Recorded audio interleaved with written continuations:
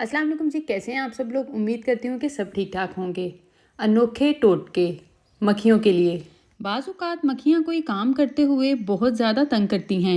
इनको भगाने के लिए हेयर स्प्रे करें, मक्खियाँ उस जगह से चली जाएंगी। माइक्रोवेव की सफाई। माइक्रोवेव को साफ़ करने के लिए एक अवन प्रूफ बाउल में 1/4 कप सिरका और 1 कप पानी मिलाएं और इसे माइक्रोवेव में रख कर उबाल लें। इसके बाद आप कपड़े से बाआसानी चिकनाई के ज़रात साफ़ कर सकते हैं। प्याज के लिए, प्याज काटने से पहले छुरी की नोक पर एक आलू का टुकड़ा मलने से ना आंखों में जलन होगी और ना ही पानी आएगा। अदरक ताज़ा रहेगा। समटाइम हम अदरक ला कर रखते हैं ना, तो उसे अगर ज़्यादा देर रखो तो वो सूख जाता है। उसके लिए अदरक को अगर ताज़ा रखना हो तो इसे किसी गमले में दबा लें, हफ्तों ताज़ा रहेगा। मच्छरों के लिए, मच्छरों को भगाने के लिए 1 कप में काफूर मिलाकर 1 कप में पानी और उसमें फिर काफूर मिलाकर रख दें, मच्छर भाग जाएंगे। अंडे की कोटिंग। अंडे की कोटिंग किसी चीज़ पर करने के लिए अंडे में 1 घूंट जितना पानी डालकर मिक्स कर लीजिए, फिर कोट करें। अच्छी तरह अंडा कोट हो जाएगा।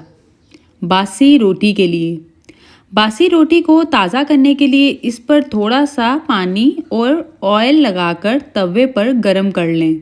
ना सिर्फ नरम और ताज़ा होगी बल्कि मज़ेदार भी हो जाएगी। आप चाहें तो थोड़ा सा ऊपर चाट मसाला भी छिड़क सकते हैं या गरम मसाला। आलूओं को देर तक ताज़ा रखने के लिए, आलूओं को देर पर रखने के लिए आप आलूओं की टोकरी में 6 से 8 जवे लहसुन के डालकर छोड़ दें। इससे आलू हरगिज़ ख़राब नहीं होंगे और इनकी अफादियत पर भी किसी किस्म का फ़र्क नहीं पड़ेगा। टूटे हुए अंडों को उबालने के लिए, टूटे हुए अंडों को उबालने से अंदरूनी मवाद बाहर निकल आता है, लेकिन अगर टूटे हुए अंडों को उबालने से पहले पानी में थोड़ा सिरका मिला दें तो अंडा ना सिर्फ अच्छी तरह उबल जाएगा बल्कि इसका अंदरूनी मवाद भी बाहर नहीं निकलेगा। शीशे के गिलास, शीशे के गिलास एक दूसरे के अंदर चिपक जाते हैं तो निकालने का इनको ये ख़तरा होता है कि ये कहीं टूट ना जाएं। तो इसके लिए आप ये नुस्खा इस्तेमाल कर सकते हैं। अंदर वाले गिलास में बर्फ़ या बर्फ़ का पानी डाल दें और बाहर वाला गिलास गर्म पानी में डिप कर दें। इससे आप बाआसानी गिलास जो हैं वो अलग कर सकते हैं और इनका टूटने का ख़तरा भी कम हो जाएगा।